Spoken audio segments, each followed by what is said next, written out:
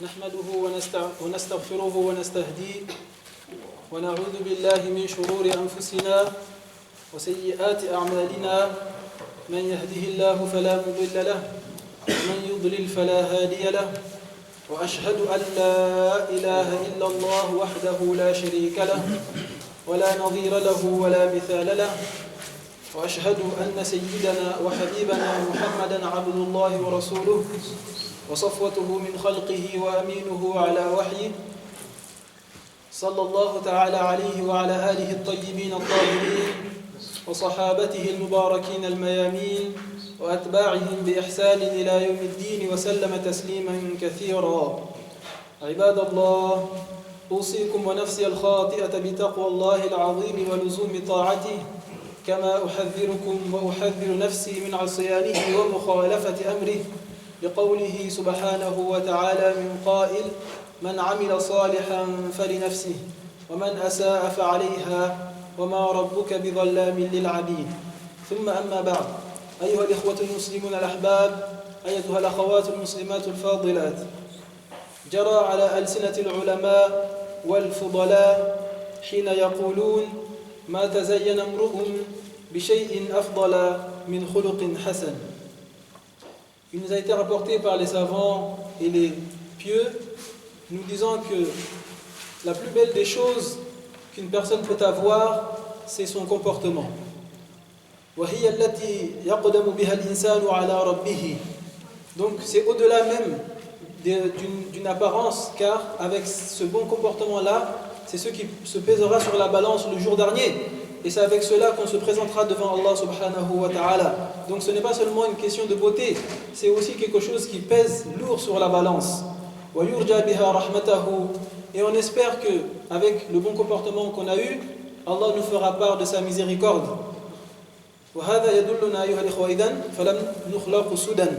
Donc c'est une preuve par laquelle que nous n'avons pas été créés par futilité. Nous avons un but ici terre. أحب أن أجعل كلامي في هذا المقام الشريف عن أمور ثلاث. Donc aujourd'hui je voulais parler sur 3 points. وهي ترك الفضول من النظر, de laisser la futilité dans le regard, ومن القول, dans la parole, ومن الخلطة, et dans l'action. وأكثر ما يهلك به الخلق, car c'est avec ces 3 points-là et ces 3 exagérations dans la futilité que les gens s'oublient et finissent par périr. Et la première de ces futilités, celle sur laquelle je vais plus insister, c'est la parole futile. Il nous a été rapporté par Ibrahim al-Taymi radiyallahu ta'ala anhu arda, lorsqu'il nous dit: al-mu'min waqafun, le croyant doit être très vigilant. Avant de parler, il est très attentif à ce qu'il va dire. Il pèse le pour et le contre. Il se dit de quelle intention il va parler.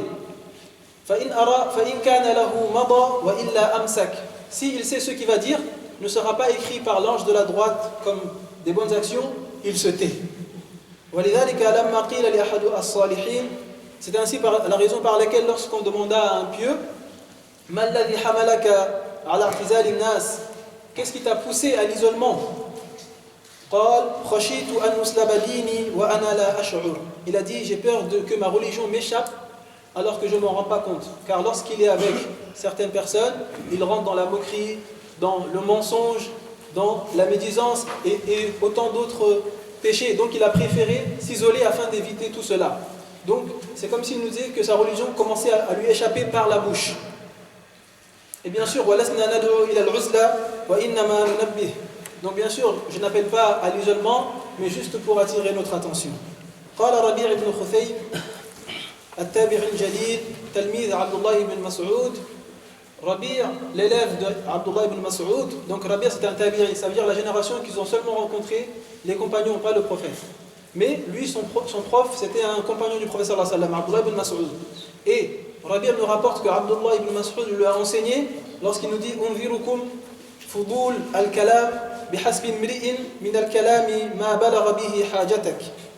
Donc il nous dit: si tu as transmis le message que tu avais transmettre, ou bien si tu as dit ce que tu avais à dire, tu dois prendre garde à retenir la parole futile. Par exemple, nous, des fois, lorsqu'on demande à une personne, tu as entendu ces infos? Lorsqu'une personne te dit que oui, qu'elle a entendu, tu n'as pas besoin de lui répéter ce qu'il a déjà entendu. C'est une perte de temps, et ça rentre dans la futilité. Et les savants n'aiment pas la répétition, sauf si c'est un problème d'assimilation. Lorsqu'une personne qui a du mal à comprendre, tu peux lui répéter les choses une fois, deux fois, ou bien dans l'apprentissage, ou dans le rappel, etc. Mais à part ça, ils n'aiment pas la répétition. لو جعلوا المسلمين معظم حديثهم درسا وعلما وتعليما وذكرا لظلوا في مقدم الأمم. Et si les croyants ne proféraient, c'est-à-dire lorsqu'ils parlent que sur le savoir, le dhikr, l'enseignement et les bonnes choses, on serait la première parmi toutes les communautés. Pourtant nous sommes la communauté dont le verset coranique nous a été rappelé lorsqu'Allah nous dit tout ce qu'on dit est noté par l'ange de la droite et l'ange de la gauche. تتحفظ جيدا قول الصادق الأبر صلى الله تعالى عليه وآله وصحبه وسلم من حديث أبي هريرة من كان يؤمن بالله واليوم الآخر فليقل خيرا أو ليصمت وكلتاهما صحيحتين. Donc le prophète aussi nous rapporte dans un hadith, celui qui croit en Dieu et le jour dernier, qu'il dise du bien ou bien qu'il se taise. Donc chers frères, si tu as transmis ce que tu avais à transmettre, retiens ta langue aux paroles futiles et même fais des invocations internes, c'est-à-dire dis des tasbih, des subhanallah, alhamdulillah. Laisse les anges de la droite noter cela pour toi. Donc Rabi' ibn Khuthaym, qaddasallahu sirrahu, donc encore Rabi' ibn Khuthaym, a'atana darsan, nous donne une leçon ici. Et ici Rabi', qui était bien sûr l'élève d'Abdullah ibn Mas'ud, Abdullah ibn Mas'ud, lorsqu'il le voyait, il lui disait: oh toi Rabi', réjouis-toi avec le bon comportement que tu as, le visage illuminant que tu as. Tu es un tabi'in bien sûr, mais si tu serais un compagnon, la ahabbaka Rasulullah, le prophète sallallahu alayhi wa sallam, il t'aurait aimé. Donc ici Rabi' nous donne une leçon lorsqu'il nous dit qu'on doit ouvrir la bouche que pour 9 sujets. Yambari as-sukut illa min tis'a. Donc il compte ces 9 sujets-là. Il dit lorsqu'on doit ouvrir la bouche, on doit dire seulement Subhanallah, Alhamdulillah, La ilaha illallah, Wallahu Akbar. Donc bien sûr, il faut qu'on incite nos anges de la droite à noter cela pour nous. Wa tilawat al-Qur'an, lire le Coran, Amru bil ma'ruf, ordonner le bien, Wa nahyu 'anil munkar, de blâmer le mal, Wa mas'alatillahi al-khayr, demander qu'Allah te fasse sa miséricorde, sa bienfaisance, et demander qu'Allah qui te préserve du mal. Donc il dit en dehors de cela on ne doit pas ouvrir la bouche. On doit ouvrir la bouche que pour ces 9 cas-là. قال أحد أصحاب رسول الله صلى الله عليه وسلم, un des compagnons du prophète صلى الله عليه وسلم nous dit إن الرجل لا يكلمني بالكلمة وعندي جوابه. Son semblable ou bien son prochain peut lui poser une question ou bien lui dire une chose sur laquelle il a la réponse sur le bout de la langue ou bien il a la répartie sur cette chose-là.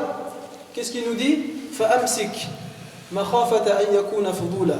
Il a dit, il se tait pour ne pas se laisser prendre par la vaine discussion futile.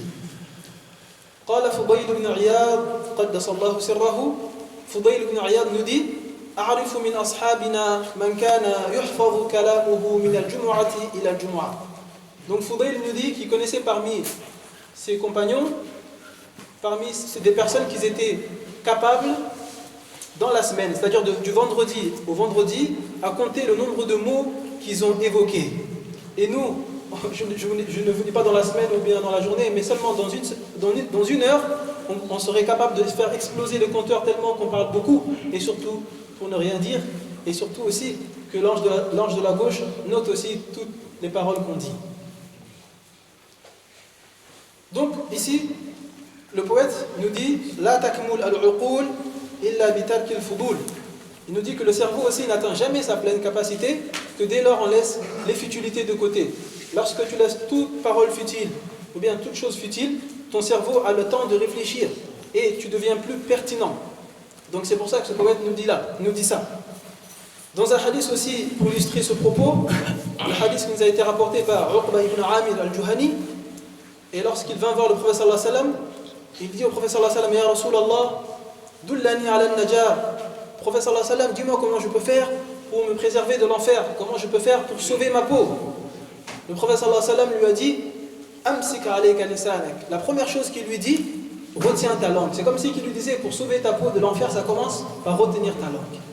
Ensuite il lui dit: Wal yasa'aka baytuk. Ta maison doit être large à tes yeux. Je vais développer ça à la fin. Ensuite il lui dit: Wabki ala khati'atik. Et pleure aussi pour ton sort.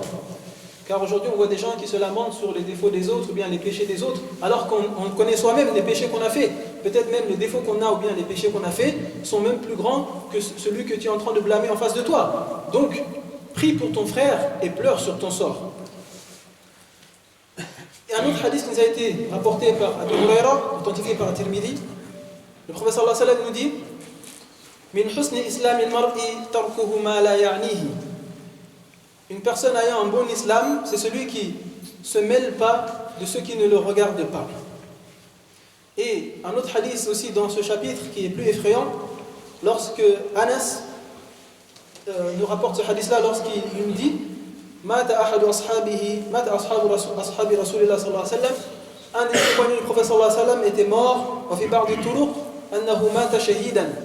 Dans une des versions, ce compagnon était mort martyr. Je ne sais pas si vous vous rendez compte, il était mort martyr. قال أحد أصحاب رسول الله أبشر بالجنة. Et un des compagnons du prophète sallallahu alayhi wa sallam lui dit que ce compagnon-là qui est mort martyr, qu'il se réjouisse du paradis. فقال النبي صلى الله عليه وسلم وما يدريكم. Le prophète sallallahu alayhi wa sallam intervient, il nous dit: qui peut confirmer cela? لعله تكلم فيما لا يعنيه أو بخل بما لا يغنيه. Qui vous fait dire cela? Peut-être qu'il a dit une parole d'une chose qui ne le concernait pas, ou bien il a été avare d'un bien qui n'était pas enrichissant pour lui. À cause de cela, son jugement, il aura un jugement, son paradis n'est pas garanti. Alors qu'il ne faut pas oublier que dans un premier degré, il est compagnon du prophète sallallahu alayhi wa sallam. Ce n'est pas une personne comme nous, c'est un compagnon. Il fait partie de Muhammadur Rasulullah walladhina ma'ahu. Mais avec tout cela, son paradis n'est pas garanti. Il sera jugé parce que seulement il a dit d'une parole sur une chose qui ne le concernait pas, ou bien il a été avare aussi d'un bien qui n'était pas enrichissant pour lui. Alors nous aujourd'hui, on se mêle de la vie de tout le monde, du cousin, de la cousine, du voisin, de la voisine. Elle s'est mariée, elle a divorcé, elle s'est remariée. Leurs enfants, ils ont eu leurs examens. Combien ils ont eu? C'était quoi leur note? Parfois même, moi, il y a des personnes même qui me demandent: tu gagnes combien par mois? Pourquoi tu veux savoir ça? Si tu veux rajouter mon salaire, il n'y a pas de souci. Mais si c'est juste seulement pour le savoir, ça ne te regarde pas. Donc, chers frères, préoccupons-nous pas de la vie, préoccupons pas de ceux qui ne nous regardent pas, surtout pas encore de la vie des gens. Le deuxième point, Fudul an-Nadar, le regard futile. Dans un hadith qui nous a été authentifié par l'imam al-Hakim, rapporté par Abi Hudayfa al-Yaman, lorsqu'il nous dit, c'est un hadith qudsi, lorsqu'il nous dit que le prophète sallallahu alayhi wa sallam nous dit: An-nadaratu sahmun min sihami iblis masmumun. Le regard est une flèche empoisonnée lancée par Satan. Ensuite Allah nous dit: Man tarakaha makhafati abdaltuhu halawat al-iman yajiduha fi qalbihi. Celui qui s'abstient de ne pas regarder les choses illicites par crainte d'Allah, Allah lui remplace par une satisfaction qu'il retrouve dans son cœur. Et bien sûr, le verset coranique aussi nous dit, dans la sourate Les Lumières et Nour: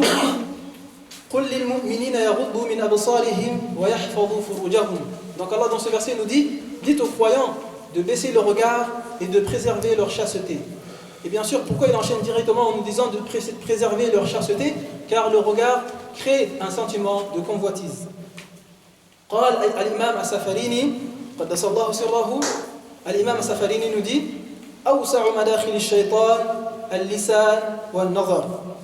Lorsqu'il nous dit les deux endroits, enfin les deux membres dans lesquels le shaitan a le plus facilement accès, c'est le regard et la bouche. Car ce sont ces deux membres qui ne se rassasient jamais. وَصَدَقَ مَنْ قَالَ أَرْبَعَةٌ لَا تَشْبَعَ مِنْ أَرْبَعَ. Une personne dit vrai lorsqu'il nous dit qu'il y a 4 choses qui ne se rassasient jamais. عَيْنٌ مِنْ نَظَرٍ. Le regard ne se rassasie jamais de regarder, sauf en dormant. À part en dormant, on est toujours en train de regarder. وَأُذُنٌ مِنْ خَبَرٍ. Et bien sûr, lorsqu'on parle de la langue et des yeux, il y a aussi l'oreille qui rentre en compte. Car l'oreille aussi ne se rassasie jamais d'écouter les informations, d'écouter la médisance. Par exemple, وَأَرْضٌ مِنْ مَطَرٍ. Et une terre fertile ne se rassasie jamais de recevoir de l'eau, de la pluie. Et la dernière, la langue aussi ne se rassasie jamais de parler. Parfois même en dormant, nous parlons. Et il nous a été dit par les savants, lorsqu'une personne qui veut avoir le dévoiement dans l'adoration, il se doit de laisser toutes ces futilités-là. Et lorsque tu atteins ce degré-là, tout ce que tu demandes à Allah, Allah te répond directement. Donc, le troisième point, fudul al-khulta, laisser la futilité dans l'action. Ici, dans l'action, c'est-à-dire de marcher, en gros. Comme vous l'avez entendu, le hadith de Uqba ibn Amir al-Juhani, lorsqu'il est venu voir le prophète sallallahu alayhi wa sallam, il lui a dit qu'il voulait sauver sa peau. Donc le prophète sallallahu alayhi wa sallam lui répondit dans la deuxième réponse, وَلِيَسَعَكَ بَيْتَكَ. Et ta maison doit être large à tes yeux. C'est-à-dire qu'il ne faut pas sortir sans but. Car il y a des personnes qui passent toutes leurs heures précieuses à rester dehors sans but. Alors que c'est le contraire qui doit être normal et devait être pratiqué. Toutes les précieuses heures libres de notre temps devaient être passées à la maison, dans l'éducation des enfants pour ceux qui ont des enfants, ou bien de notre propre instruction. Et bien sûr, on peut avoir un ami à qui rendre visite, mais on doit prendre garde aussi à ne pas multiplier ses sorties inconsidérément et à bien choisir ces amis-là parmi les amis qui nous rappellent à Allah. Donc, chers frères, il y a l'association a un projet d'achat d'une salle. On aura besoin de votre générosité pour cet achat-là. Donc, à la fin du mois, il y aura le numéro du compte de l'association pour ceux qui veulent participer à cette bienfaisance-là. Donc, on compte sur vous pour votre générosité. وأقول قولي هذا وأستغفر الله لي ولكم فاستغفروه.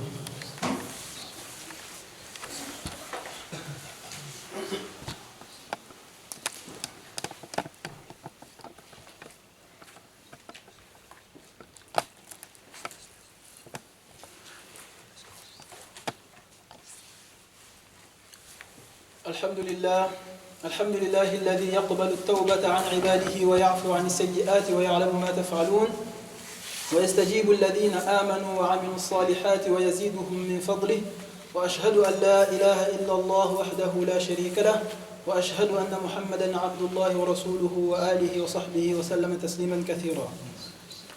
وأختم, et pour finir, chers frères, lorsque nous regardons notre propre création, pourquoi nous avons 2 oreilles et une seule bouche?